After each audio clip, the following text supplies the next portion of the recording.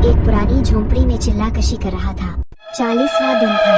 रात के पिछले पहर जब सब सन्नाटा तारी था तो इसने महसूस किया कि झोंपड़ी के दरवाजे पर कोई खड़ा है। दरवाजा खुद ब खुद चरचराते हुए खिलता है। सामने एक जलता हुआ साया। साया बोलता है, चिल्ला पूरा हो चुका है, अब मेरी बारी है। वो शख्स, नाम था जमशेद, चौंक कर खड़ा हो गया, हाथ में तावीज, आंखों में यकीन।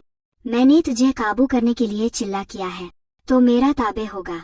साया मुस्कुराया, तूने चिल्ला किया, लेकिन इस मकाम पर चिल्ला जिसने भी किया वो खुद ताबे बन गया। झोंपड़ी की दीवारें कांपने लगे। दीवारों से इंसानी हाथ निकलने लगे जो अंदर आने लगे। ये वो थे जो पिछले चिल्ला कशी में मारे गए थे।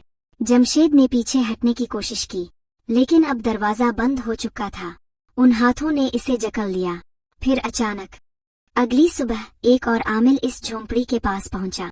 दरवाजा खोला, झोंपड़ी खाली थी, बस दीवार पर खून से